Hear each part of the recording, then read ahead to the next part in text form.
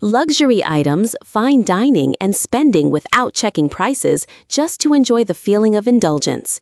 Yet there are also young people who choose to tighten their belts, save up, and enjoy the satisfaction of a good deal.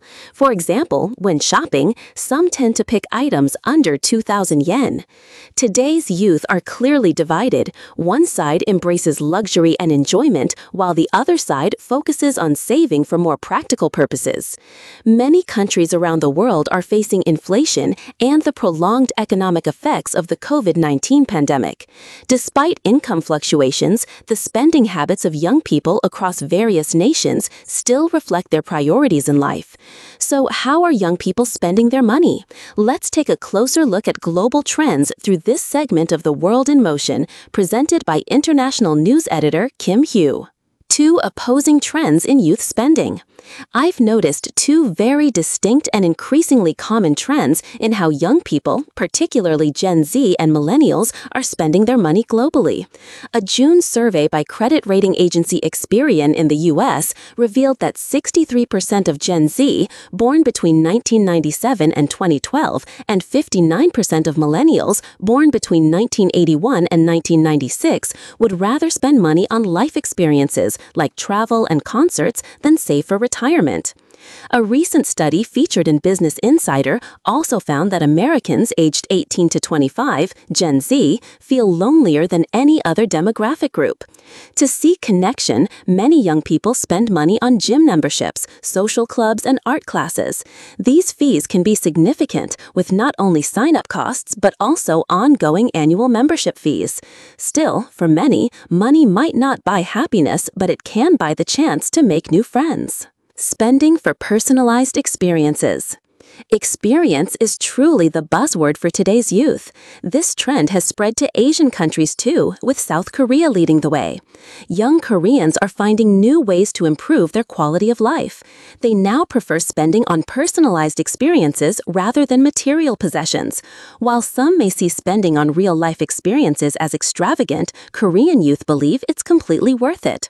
Reports from Arirang News show that dining at upscale restaurants is increasingly popular among Korean youth.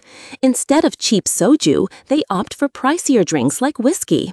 According to a survey by market research firm Streamo Monitor, people in their 20s and 30s expressed more positive views about dining at upscale restaurants than older generations.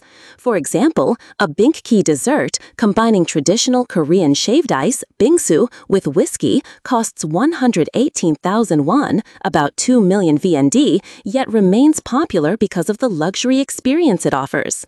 Another common activity is going to the movies, but not just for the film. They go for the premium services like leather recliner seats and in-theater dining.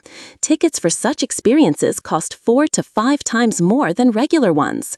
Young consumers today are no longer interested in accumulating material things. They value what they can use and experience. This consumption trend is now widely shared on social media in Korea and is expected to further drive youth spending. The risk of overspending and debt. Spending big, or even buy now and paying later, is causing many young people to face higher credit debt than previous generations. Unsurprisingly, poor financial planning often leads to more stress. According to a survey by the Institute of Policy Studies in Singapore, 3 out of 10 young adults aged 21 to 29 rely on credit cards. Earning just 2,500 SGD per month qualifies them to borrow up to twice that amount. Besides credit cards, there are other easy-to-access forms of credit. For instance, with just a few clicks, you can buy an eyeliner pencil and pay only 1/3 of the price up front. The rest is split into installments over the following months, with no added fees. While convenient, this buy now, pay later model can lure many into a shopping addiction that's hard to quit. The Japanese approach, mindful saving. Though this seems counter to the trend of digitalization and modern tech, the Japanese have embraced a manual budgeting method with a clear philosophy. Handwriting your expenses allows for self-reflection and better financial control.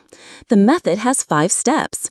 Record your income, record fixed expenses, record your savings goal, track daily expenses in categories, total your monthly spending to adjust for the next month. After Japan's economic bubble burst between 1986 and 1991, the country faced widespread challenges like job loss, low income, and limited career advancement. Post-COVID, Japan now struggles with rising prices and inflation, leading to a stronger culture of frugality. Let's look at a report from VTV's Tokyo correspondent. Maya, 23, has been working for a year since graduating. With a low starting salary and rising living costs, she has had to cut back on personal spending. She often shops during supermarket discount hours and frequently